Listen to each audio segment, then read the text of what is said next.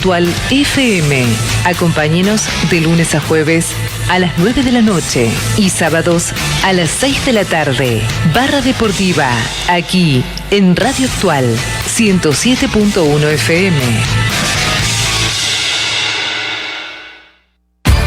De frontera a frontera, de costa a costa, en 107.1, la emisora que usted prefiere, Actual FM.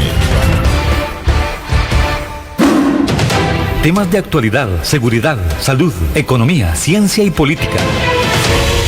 Porque la información es poder. Durante los siguientes 60 minutos, esta quedará al descubierto. Con usted, al descubierto. 10:03 de la mañana, los buenos días a todos los que día a día nos siguen a través de la frecuencia de su radio actual 107.1 FM. Recuerde que también puede hacer su transmisión, su reporte de sintonía, si tiene alguna duda, alguna pregunta, puede hacerlo a través de nuestro WhatsApp 8996-3096 o a través del Facebook de Radio Actual 107.1, así como lo oye, Facebook Radio Actual 107.1, así lo puede encontrar en las redes sociales. También tenemos un canal de YouTube, en caso de que no pueda sintonizar en este momento la transmisión, sepa que va a quedar ahí alojado en este canal y lo podría sintonizar en cualquier momento. Igualmente plataformas de podcast, ya sea en Google Podcast o en Spotify Podcast. Ahí en cada una de esas plataformas también se están alojando día a día cada uno de los programas que con mucho esmero realizamos para ustedes. Don Juan Elgue Gutiérrez, un día más en esta batalla que nos toca afrontar día a día. Así es, Eric. Muchísimas gracias a todas las personas que nos escuchan, que se mantienen en su radio actual 107.1 FM. Como todos los días de 10 a 11 iniciamos nuestro programa esperando que sea de su agrado. Hoy nos acompaña don Guillermo Carvajal Alvarado. Él tiene un doctorado en ordenamiento territorial e historiador, es profesor de la Universidad de Costa Rica, y hoy queremos hablar con él sobre el tema de las migraciones. Es un tema muy amplio, hay que contextualizarlo muy bien a raíz de lo que hemos estado viendo con el tema de las pandemias. Nos ha picado ese gusanillo para entender más sobre lo que es el tema de migratorios. Entonces, don Guillermo, profesor de la UCR, nos acompaña el día de hoy y nos va a explicar sobre este tema de las migraciones. Es un tema interesante que lo estamos viviendo con el tema del COVID-19 y hoy nos acompaña don Guillermo. Don Guillermo, un gusto tenerlo en el programa. Muy buenos días a los oyentes de Radio Actual. Muy buenos días a ustedes y muchas gracias por la invitación. Ya hacía bastante tiempo que no estaba en radioemisoras, hace muchos años que dejé Radio Universidad y también que dejé el deporte, porque a través de Asociación Deportiva Sagrada Familia, pues ahí estaba muchas veces en Radio Monumental con los grandes locutores de la época. Qué interesante, sí. Entonces, como profesor y también desde el área de la locución o creación de programas. Sí. Ahí tuvimos un programa bastantes años en Radio Universidad de Costa Rica, en una época muy bonita con mi amigo Tobías Mesa y mi colega Guillermo Brenes y Manrique Sánchez, que en paz descanse, uno de los grandes locutores costarricenses. Don Guillermo, el día de hoy vamos a hablar de migraciones, un tema que a lo largo de la historia para Costa Rica ha sido tal vez un poco polémico, ha creado debate, inclusive ha sido parte de temas de campaña política. Tal vez para que las personas puedan entender un poquito más ese génesis o la definición correcta de la palabra migración, ¿nos podría explicar un poco de dónde se origina y exactamente socialmente qué significa? Sí.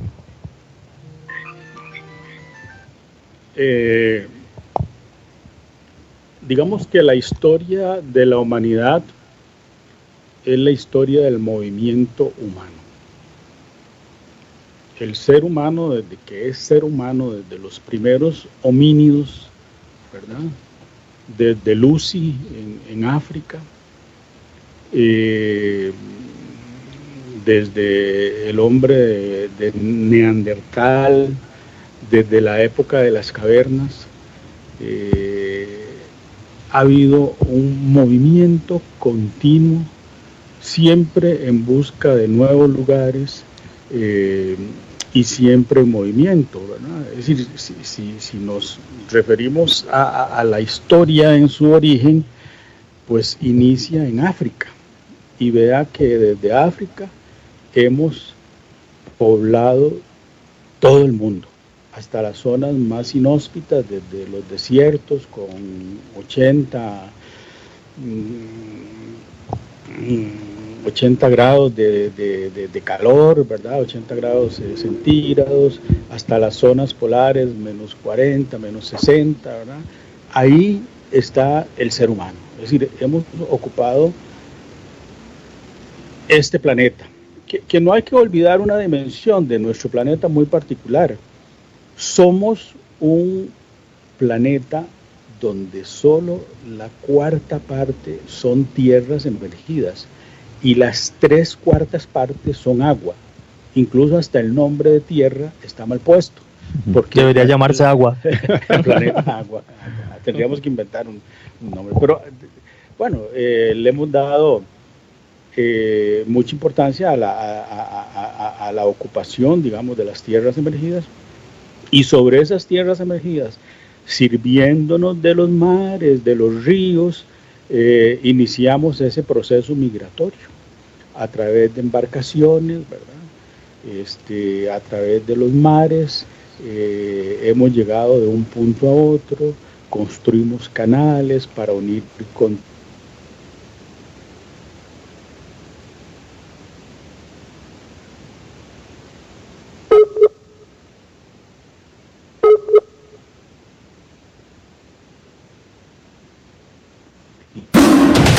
temas de actualidad, seguridad, salud, economía, ciencia y política.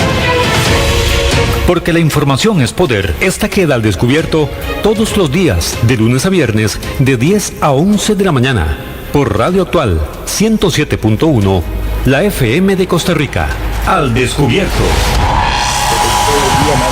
Por el cambio climático, producto del recalentamiento del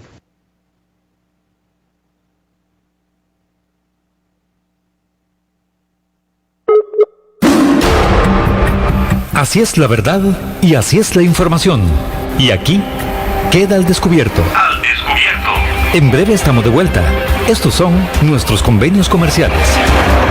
Al descubierto. Polígono 38 Especial, el más grande del país, cuenta con 5.000 metros cuadrados dedicados a la práctica y capacitación en materia de tiro deportivo y defensivo. Estamos autorizados por el Ministerio de Seguridad Pública y el Departamento de Control de Armas y Explosivos para realizar las evaluaciones teórico-prácticas para obtener permisos de portación de armas en un ambiente seguro y profesional. Portación de armas, cursos, capacitaciones, alquiler de salas o pistas para disparo bajo techo y al aire libre. Polígono 38 Especial, el más grande del país. Para mayor información comuníquese al 2245-7186, 2245-7186 o al WhatsApp 8449-5811, 8449-5811. Búsquenos en Facebook e Instagram como Polígono 38 Especial.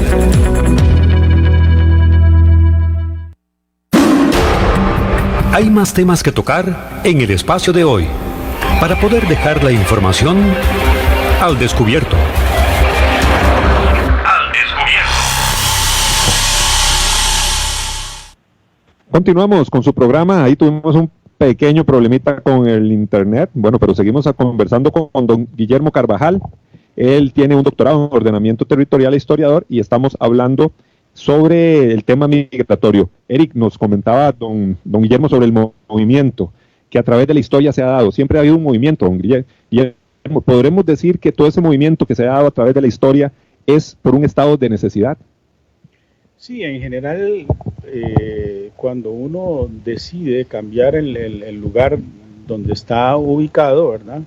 Es para encontrar un nuevo lugar, ¿verdad? Que reúna mejores condiciones, ¿verdad? Digamos, en los estudios migratorios hay algunos factores, digamos, que se busca medir. por ejemplo, en las migraciones internacionales sabemos que siempre migra, digamos, la población con niveles, digamos, de educativos mayores. Y ahí uno podría decir, pero miren, no siempre los migrantes son los más calificados. Sí, son los más calificados en sus comunidades. Puede ser que al lugar donde lleguen no tengan el grado de calificación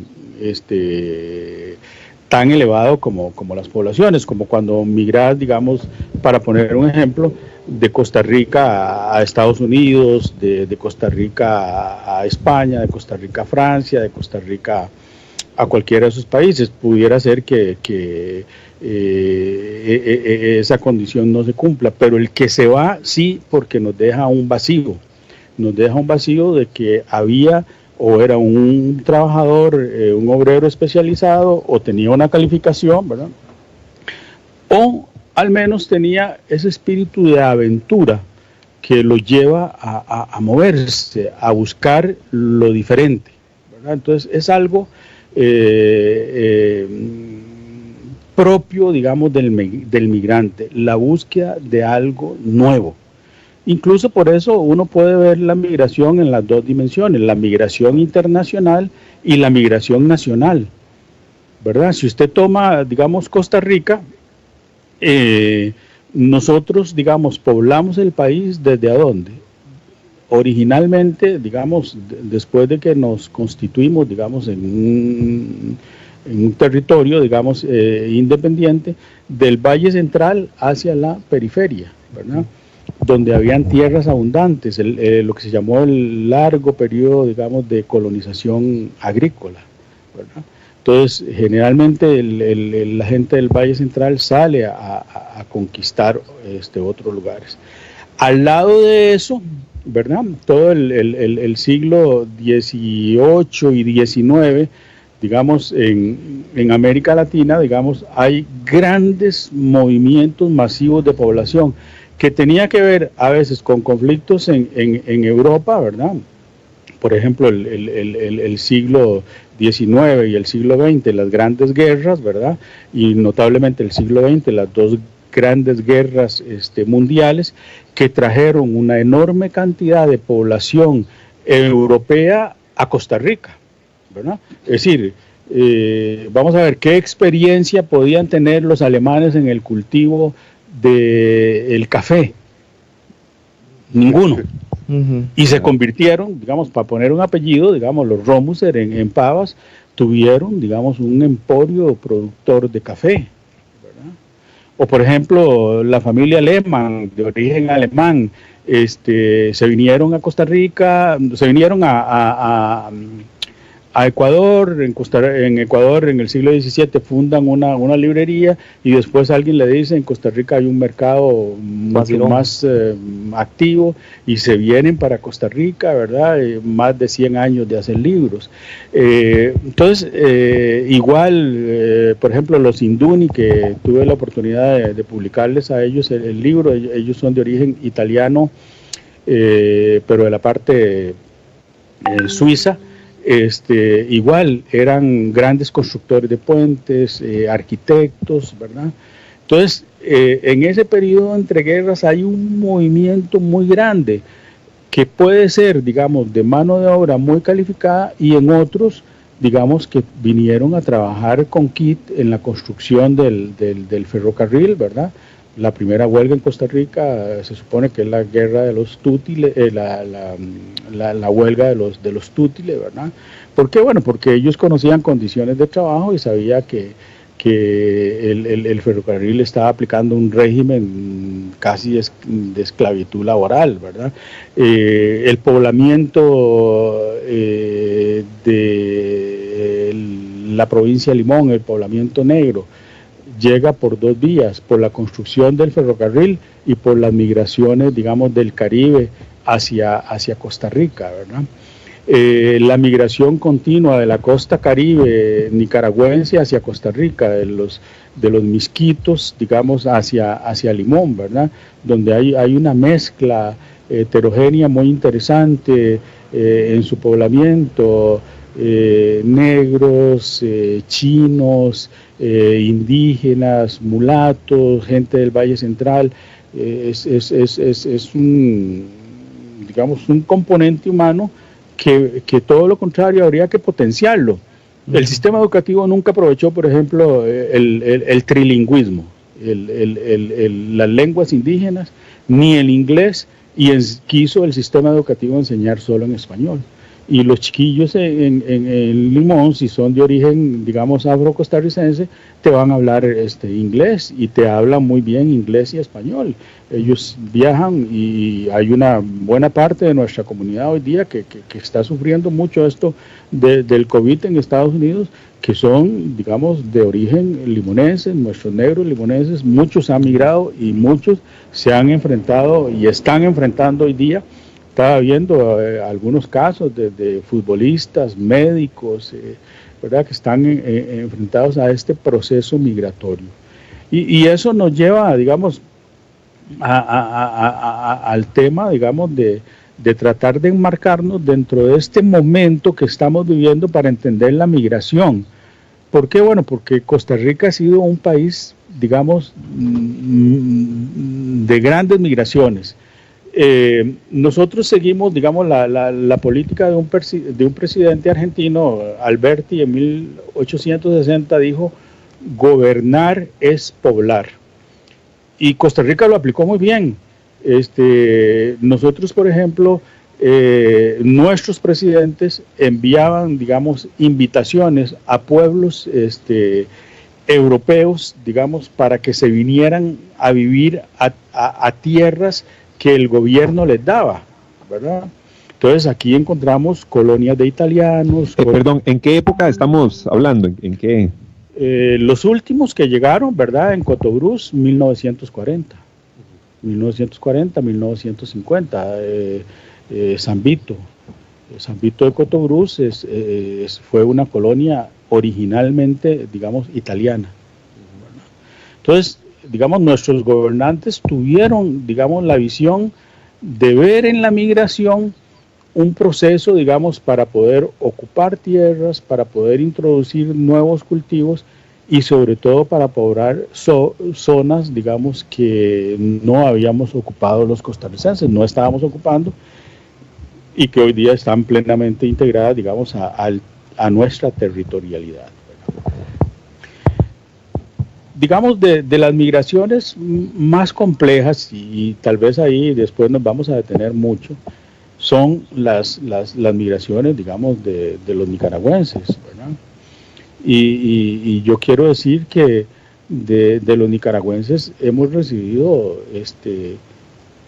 claro, uno siempre recuerda, digamos, el caso, digamos, de don Clodomiro Picado. Don Clodomiro Picado Tuay es nacido en Nicaragua y nosotros nos lo apropiamos, ¿verdad?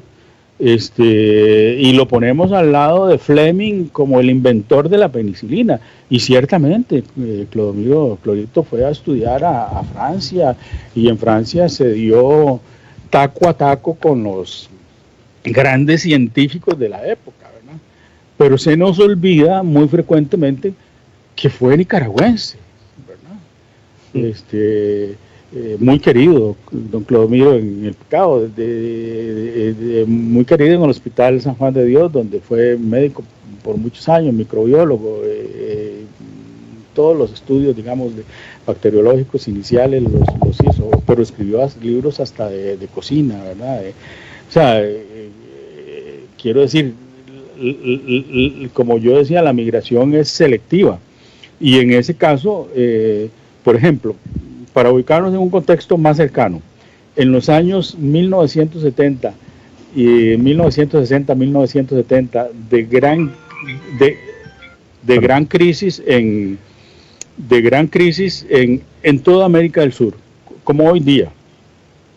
Por ejemplo, a mí me tocó estudiar con profesores argentinos, chilenos, uruguayos, brasileños, ¿verdad? Y todos llegaron a la Universidad de Costa Rica, don Constantino Láscari de España, don Teodoro Olarte, filósofo español, Es decir, de alguna forma la migración ha moldeado, digamos, nuestra vida intelectual. Entonces, el migrante tenemos que tener cuidado a la hora de calificarlo, ¿verdad? Igual como decía en el caso de los nicaragüenses, y mencionaba el caso de don Clodomiro, puedo mencionar el caso, digamos, del doctor Urcullo, que fue el papá de Constantino Urcullo, un eminente médico, ¿verdad?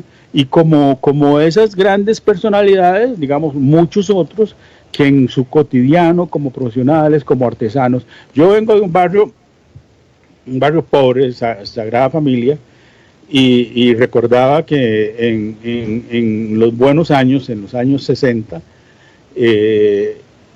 los zapateros, los que trabajaban el oro, los que trabajaban las maderas, eran de origen nicaragüense y convivían con nosotros digamos, había cosas que uno no entendía. Yo estaba muy niño, digamos, pero uno entendía que entre ellos se decían paisa. Bueno, paisa en general después pasó a tipificar al nicaragüense, pero paisa significa es que yo soy migrante y me encuentro con vos en mi mismo país. Es como que nos encontramos, somos paisanos. Si nos encontráramos los dos en Nicaragua, somos paisanos en Nicaragua, nosotros dos, ¿verdad? Entonces ellos se decían paisa. Y hubo mucha migración, digamos, por ejemplo, en aquella época los barrios del sur de la capital eran barrios artesanales. Era curioso, no se requería salir a buscar empleo. Desde sus emprendimientos en sus casas, distribuían los zapatos, distribuían las prendas de vestir, distribuían las joyas, distribuían todo lo que, digamos, la migración aporta, ¿verdad? Desde la comida, la cocción de los alimentos, el gusto, ¿verdad? Y Costa Rica fue muy abierta, y permitió, digamos, en el escalafón, digamos, de la enseñanza, permitió la llegada de grandes profesionales, digamos, a Costa Rica, de los cuales podría decir 100 nombres eminentes. Siempre, evidentemente, pensamos en don Constantino Láscaris, en Teodoro Olarte, pero al lado de ellos yo puedo decirle, digamos, en el campo de la geografía, tuve un profesor escocés, Roy Ryder, Miguel Morales en Chile. Por ejemplo, todo lo que es la geografía costarricense fue hecha y escrita por profesores que vinieron en esa oleada migratoria, desde doña Caroline Hall, que vino desde Inglaterra, hasta don Eusebio Figueroa, que vino de Chile, ¿verdad? Entonces la obra intelectual de Costa Rica está impregnada de artistas, de escritores, de teatro. La gran época del teatro costarricense, Lucho Barahona, ¿verdad? Entonces, digamos, hay que tener cuidado cuando uno se refiere a la migración, porque la migración ha sido un componente que nos ha permitido desarrollarnos como pueblo, encontrar nuestras raíces, vernos también en las diferencias que podemos tener con el que viene, cómo somos nosotros, cómo son ellos, y tratar de producir, digamos, una identidad, que es la identidad, digamos, ese crisol de culturas que somos los costarricenses. Don Guillermo, inevitablemente se puede asociar el tema de la migración con un tema de evolución de países. Hablando de una migración extranjera, tal vez para que los escuchas nos entiendan, migrante es el que sale de un país y se dirige a otro. Inmigrante también es el que sale de otro país y entra, por ejemplo, a nuestro país. Entonces, de nuestro país salen migrantes costarricenses a otras escalas y ingresan migrantes. Ahora, se ha creado a nivel social o se ha contextualizado un poco el tema de la persona inmigrante como una persona mala, como una persona que se va de un país porque tal vez en ese país no encontró las posibilidades, ¿verdad?, de tal vez de desarrollarse, no porque sea una persona tal vez muy profesional, muy exitosa, sale básicamente buscando una mejor calidad de vida. busca un cambio, ¿verdad? Es decir, busca un cambio, busca romper con su pasado, ¿verdad? Reconstruirse, siempre es una posibilidad para cada uno de nosotros, ¿verdad? Si hay un momento en la vida del ser humano que usted dice, mi país se me agotó, ¿verdad? Un poco como aquel refrán de que nadie es profeta en su tierra, ¿verdad? Y lo vemos, digamos, los costarricenses que han emigrado, por ejemplo, a Estados Unidos, Franklin Chang, digamos, se imaginó ese éxito que iba a tener. Franklin Chang hizo una escolaridad normal, era un muchacho inteligente como cualquiera, pero posiblemente si se hubiera quedado en Costa Rica hubiera sido profesor de física, tal vez eminente, pero no, ¿verdad? No hubiera ido viajado, ¿verdad? Es así. Ahora tenemos 3 mujeres trabajando en la NASA, es igual, ¿verdad? Es decir, el viajar se te abre un mundo de posibilidades, ¿verdad?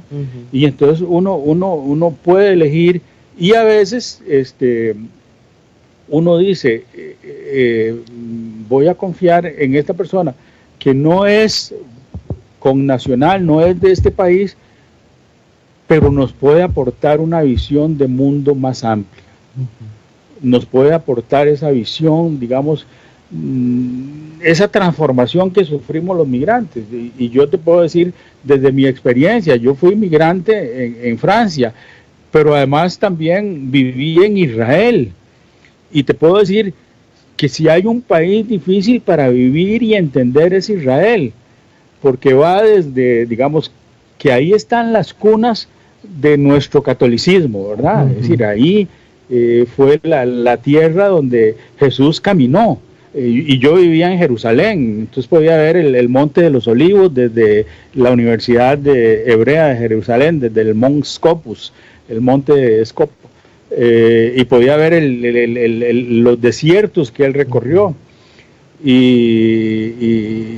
Pero Jerusalén como ciudad es una ciudad que une a los católicos, a los árabes, a los judíos, a los cristianos, y además ellos se dan el lujo de tener todas las representaciones religiosas del mundo, están ahí en Jerusalén, porque eso lo ha querido, digamos, el gobierno, digamos, esa convivencia de todas las religiones. Y nos reuníamos en la Universidad Hebrea de Jerusalén, nos reuníamos una vez por semana en un foro para discutir temas religiosos. Yo soy científico social, no tengo que ver nada con religión. Yo escuchaba mucho, era un buen escucha y estaba aprendiendo de cómo las religiones, había tantos puntos comunes entre ellas, ¿verdad? Entonces uno dice, bueno, es interesante que finalmente pude venir, digamos, a esta tierra, a Jerusalén, que nunca me imaginé. Pero sí te digo, el cotidiano era muy difícil por los atentados. Más de una vez salíamos de compras con mi esposa y llegábamos al supermercado y alerta a la bomba, y había que salir y dejar las compras y desalojarlo lo antes posible, ¿verdad?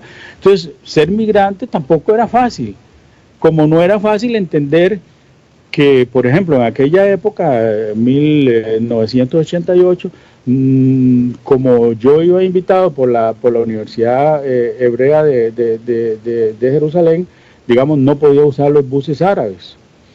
Sin embargo, por mi físico, los árabes me veían como un hermano de ellos, ¿verdad? Es decir, físicamente nosotros somos muy árabes. En Francia también, los árabes me veían, tenía muchos amigos árabes de muchos países, marroquí, africanos del norte de África, de Turquía, países, digamos, de una gran raíz. Cuando te veían, lo primero que pensaban y te hablaban en árabe. Entonces yo le decía, bueno, no hablo, le decía en inglés, no hablo árabe, hablo español o hablo francés, ¿verdad? Entonces, a veces ser migrante no es fácil porque hay que habituarse, digamos, al país donde uno llegó, que tiene costumbres, que tiene ritmos de vida distintos, que tiene comidas distintas, que tiene formas de relaciones humanas que son distintas, ¿verdad?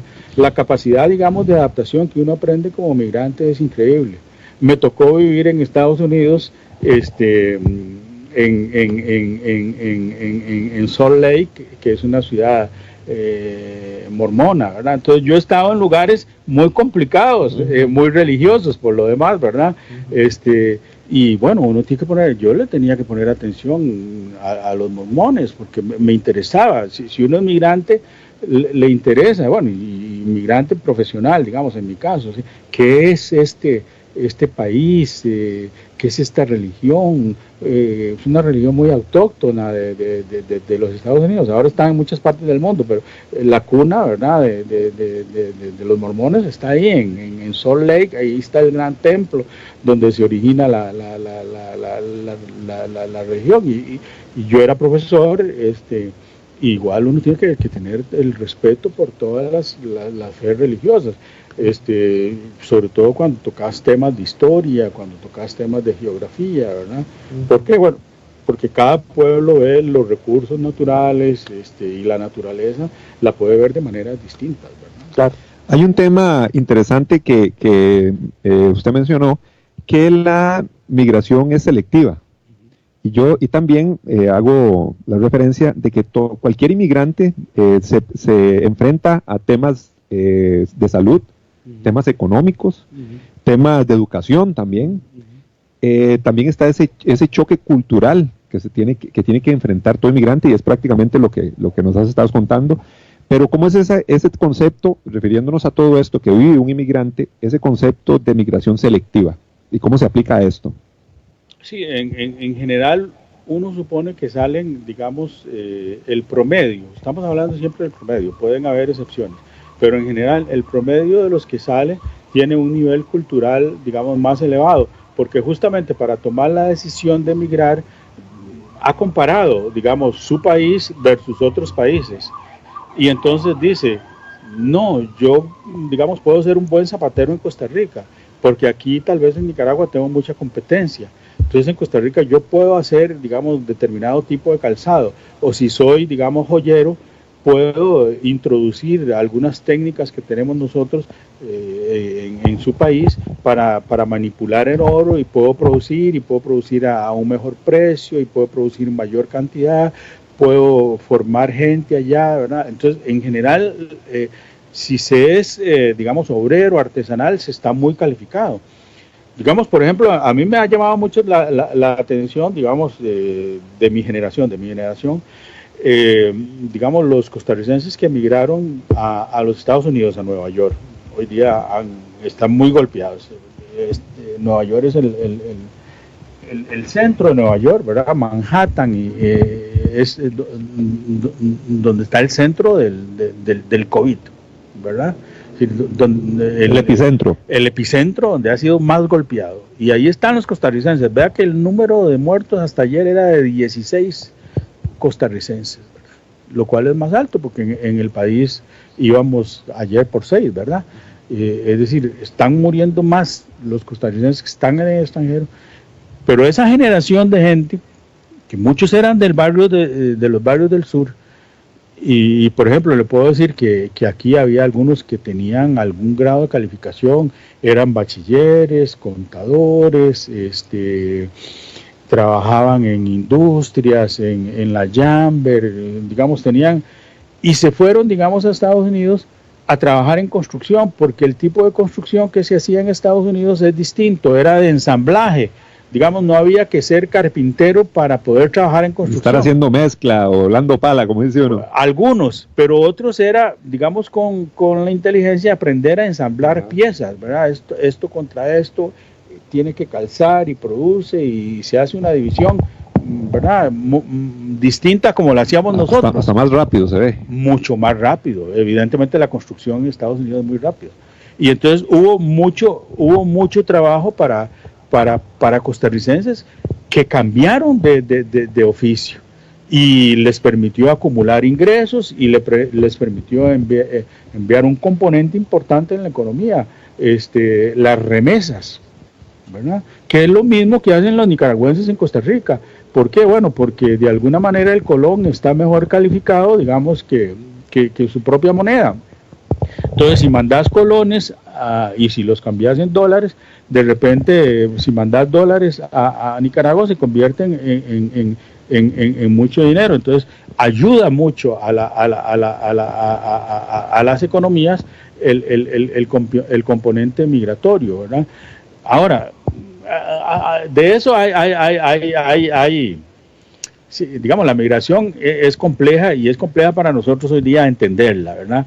Es compleja entenderla, ¿verdad? Que estamos vigilando los 3.000 metros, los 30 kilómetros de frontera, pues una frontera muy abierta.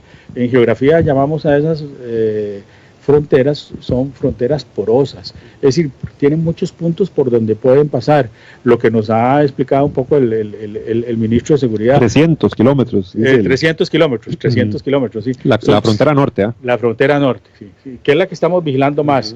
Pero la frontera sur deberíamos vigilarla también más, porque por ahí entran, digamos, los que van hacia los Estados Unidos. Para Estados Unidos, ¿verdad? El coyotaje. Algunos bajo la forma de coyotaje. Hay que vigilar las dos fronteras, que son dos fronteras abiertas, son muy grandes. Es igual que el problema de los Estados Unidos, ¿verdad?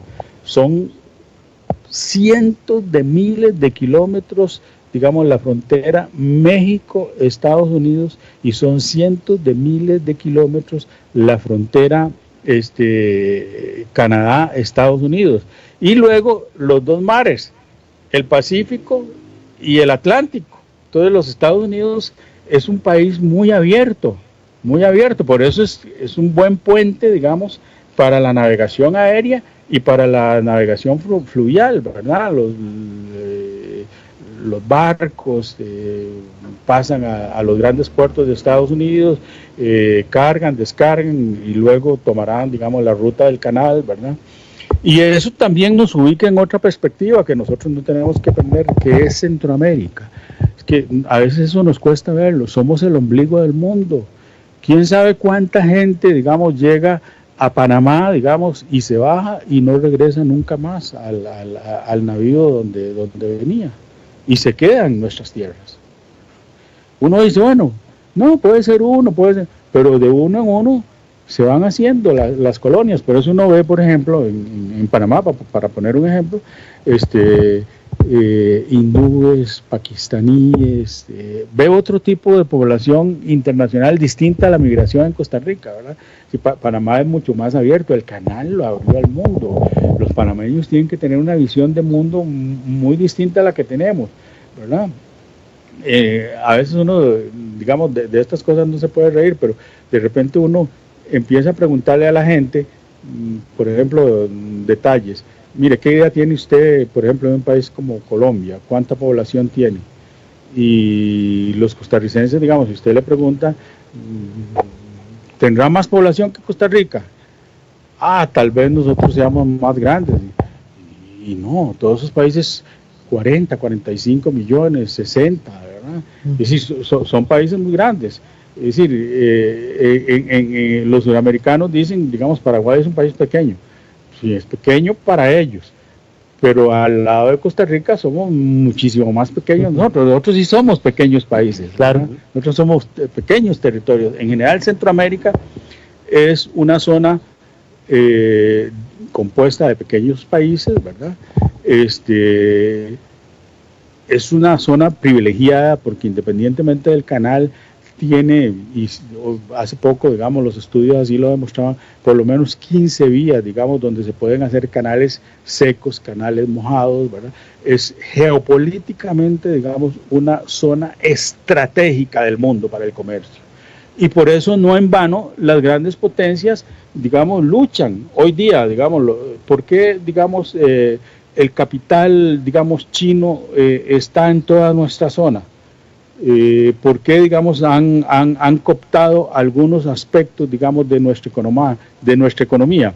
Desde cosas muy simples, el comercio, digamos, al detalle, ¿verdad? Hasta el comercio tecnológico.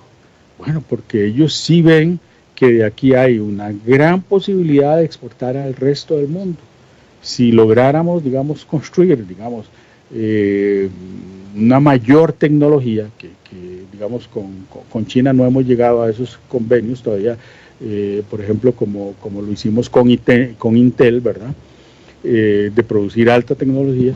Es decir, nosotros tenemos que entrar en una nueva fase, Costa Rica y Centroamérica, que es potenciar dos aspectos.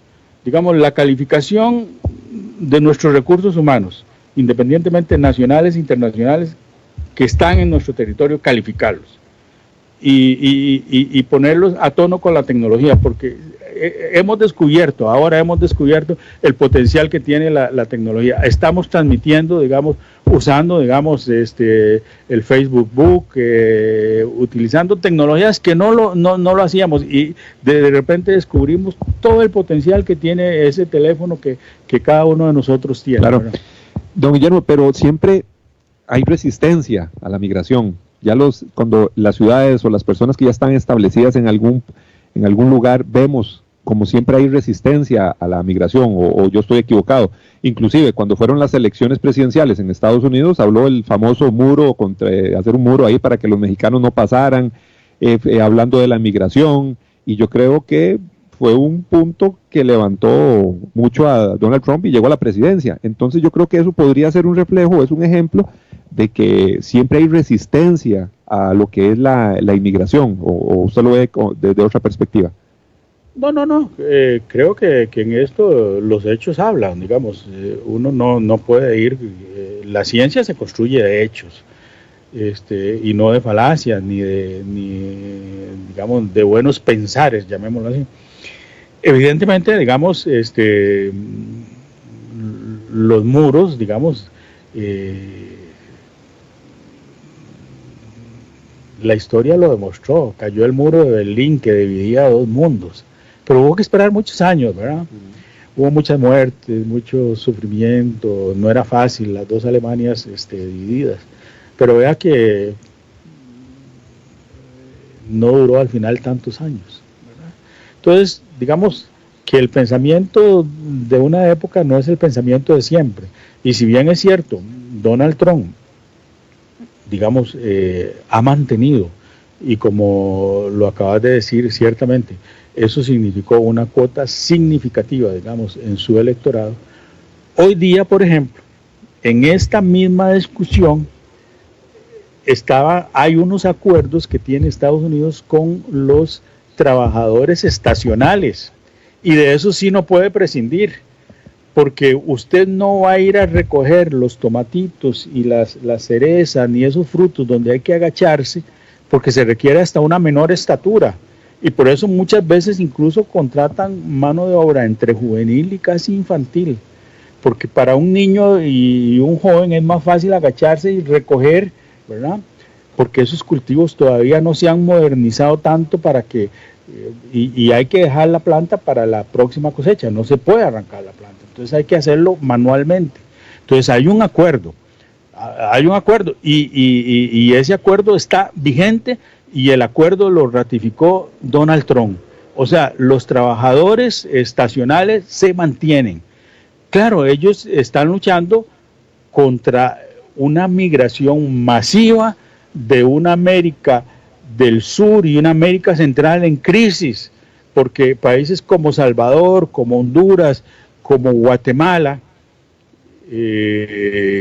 han caído, digamos, en crisis económicas profundas, morales, de valores. Uno dice, un país como Salvador, que se la pasó 20 años en una revolución para producir, digamos, el tipo humano que hoy vemos, que el otro día veíamos unas tomas desde las cárceles, porque también ahí hay seres humanos y han estado siendo golpeados muy fuertemente.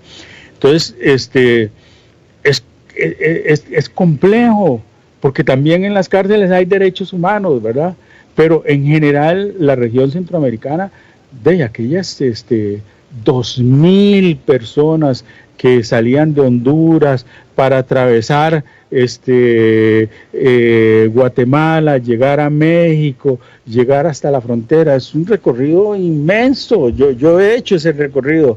Es sufrido, es calor, es cambio de clima, y de repente llegas a la frontera y te mandan, hoy día tienen unos campos de refugiados, ¿verdad? Ahí los tienen.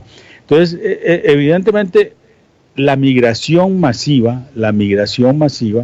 tiende a ser vista negativamente en los países. Pero te voy a decir, porque siempre hay frases célebres, digamos, para Costa Rica, para el caso de Costa Rica.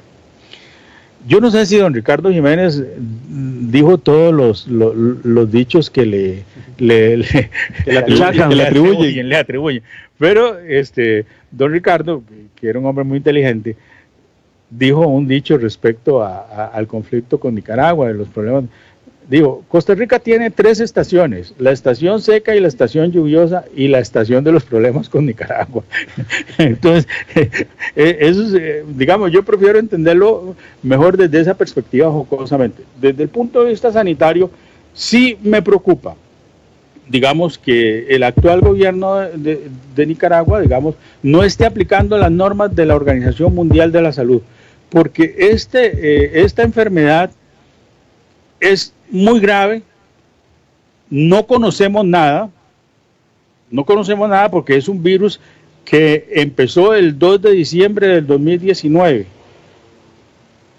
y lo poco que sabemos es para asustarnos, porque ya la prensa empieza a publicar que los que han logrado salir, digamos, de la enfermedad, no hay, digamos, estudios que nos garanticen, digamos, que han adquirido factores inmunológicos, ¿verdad? Es complicado.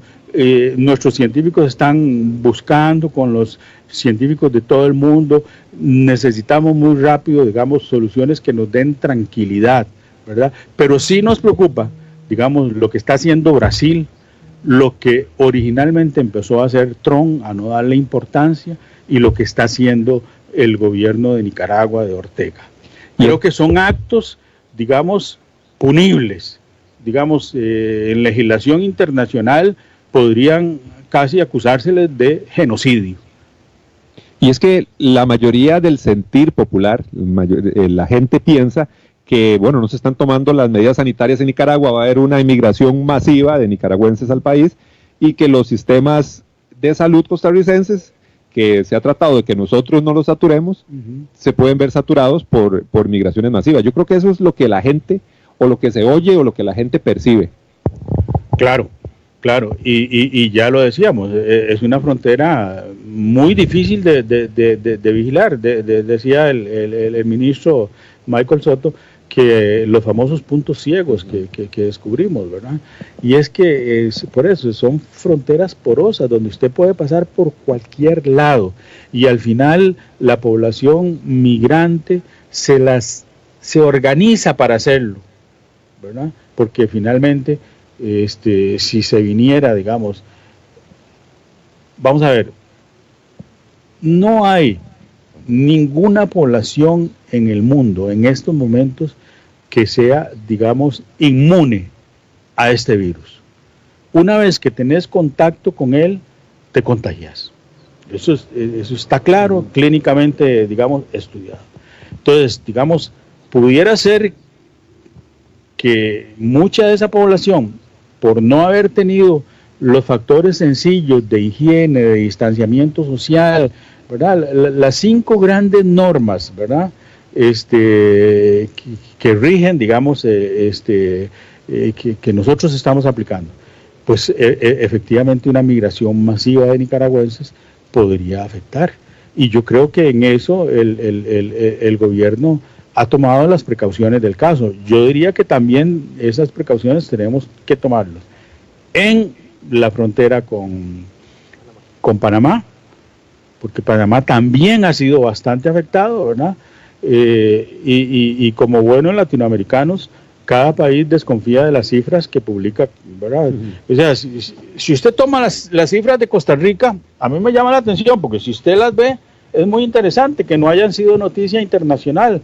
Digamos que hayan preferido hablar, digamos, del caso de Singapur, del caso de Taiwán, y no se menciona el caso de Costa Rica, de Corea, no se menciona el caso de Costa Rica, y si usted ve los casos, ¿verdad? El caso de Costa Rica, 6 muertos, 660, no, 700, ya 700. Bueno, el factor, digamos, letalidad que se mide, ¿verdad?, es muy, muy, muy bajo, y ya tenemos 330 recuperados, creo.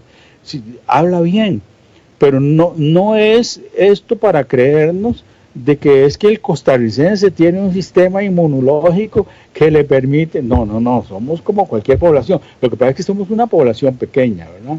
Y también no hemos hecho testeo, digamos, masivo. ¿Por qué? Bueno, porque se está aplicando una metodología de estudio que es la correcta y es la que recomendó la Organización Mundial de la Salud. Hemos estado dentro de eso. Entonces no podemos tener 2 metodologías porque nos perderíamos, ¿verdad? Nos perderíamos.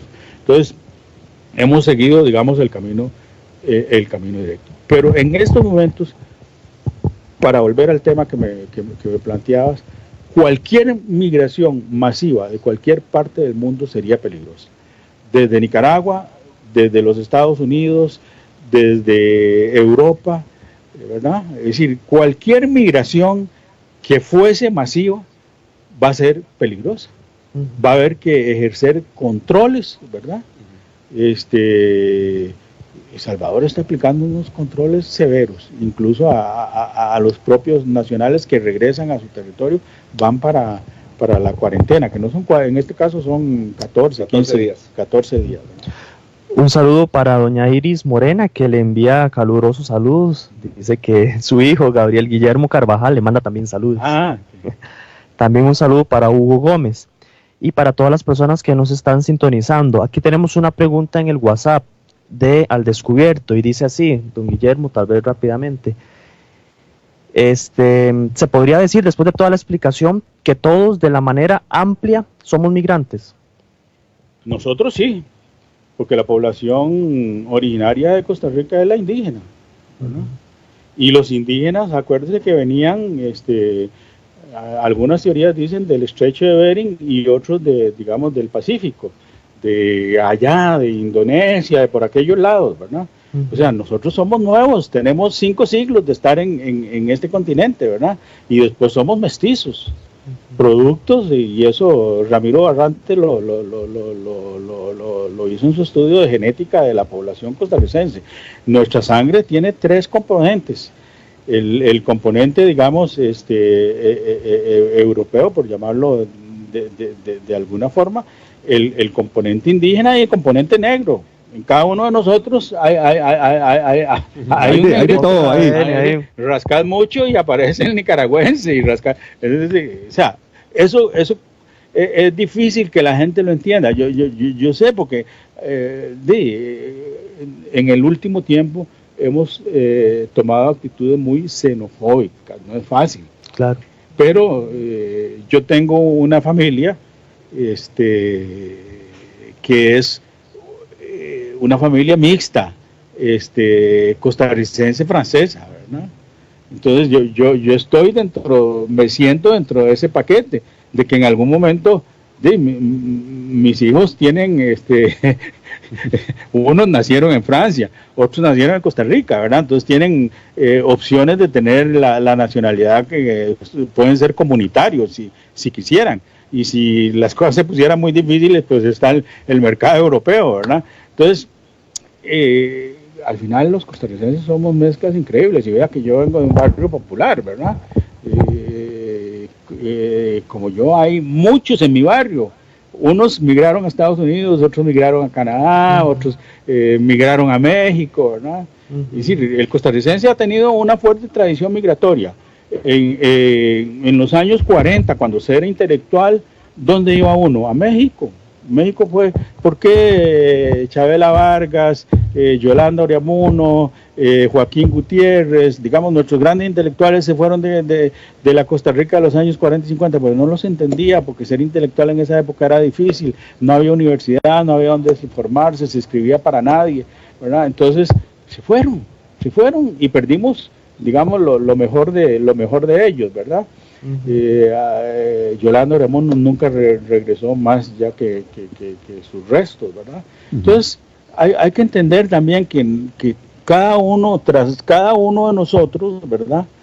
Y a mí me llama mucho la atención, ¿sabes qué me llama mucho la atención? Porque en Sagrada Familia había familias mixtas, costarricenses, nicaragüenses, vea qué interesante.